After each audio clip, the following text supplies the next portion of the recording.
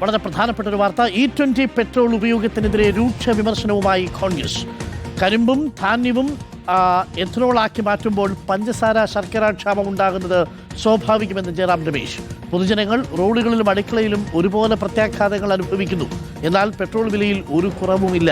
E20 നയം ഉടനടി പുനഃപരിശോധിക്കണമെന്നും Jayaram Ramesh. Nobel മാരിക്കാരനുണ്ട്. Nobel Marikkaran, E20 Congress പ്രതിഷേധം ഘടിപ്പിക്കുകയാണോ?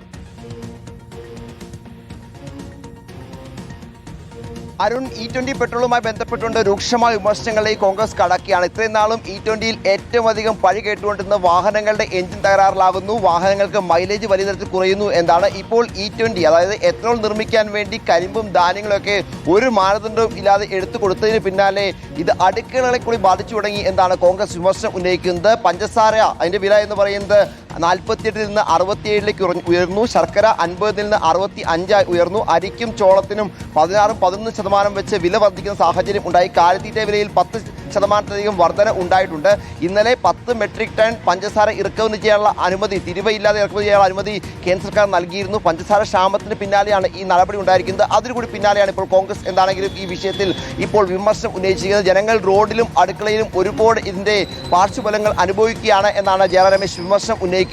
അതേസമയം ക്രൂഡ് ഓയിൽ വില കുറഞ്ഞിട്ടുണ്ട്. എഥനോൾ ചേർത്ത പെട്രോൾ നിർമ്മാണം അതിന് മുടക്ക് കുറവാണ്. പക്ഷേ എങ്കിൽ പോലും രാജ്യത്തെ പെട്രോളിനും ഡീസലിനും പെട്രോളിന് വില കുറയുന്നില്ല എന്നടക്കമുള്ള വിമർശനങ്ങളും കോൺഗ്രസ് ഉന്നയിക്കുന്നു. ജനങ്ങളെ ഇത്തരത്തിൽ പൂർണ്ണമായും ബുദ്ധിമുട്ടിക്കുകയാണ്.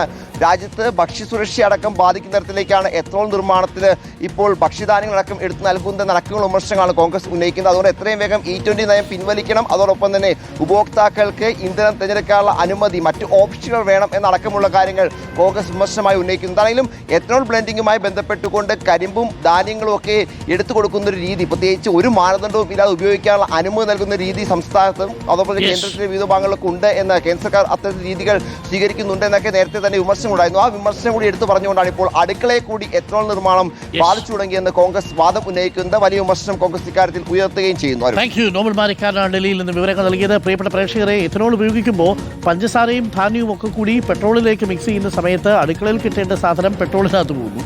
അപ്പോൾ അടുക്കളയിൽ പഞ്ചസാരയും ശർക്കരയും ഒന്നും കിട്ടാത്ത സാഹചര്യം ഉണ്ടാകുന്നു. അങ്ങനെ വരുമ്പോൾ അവിടെ വില കൂടുന്നു.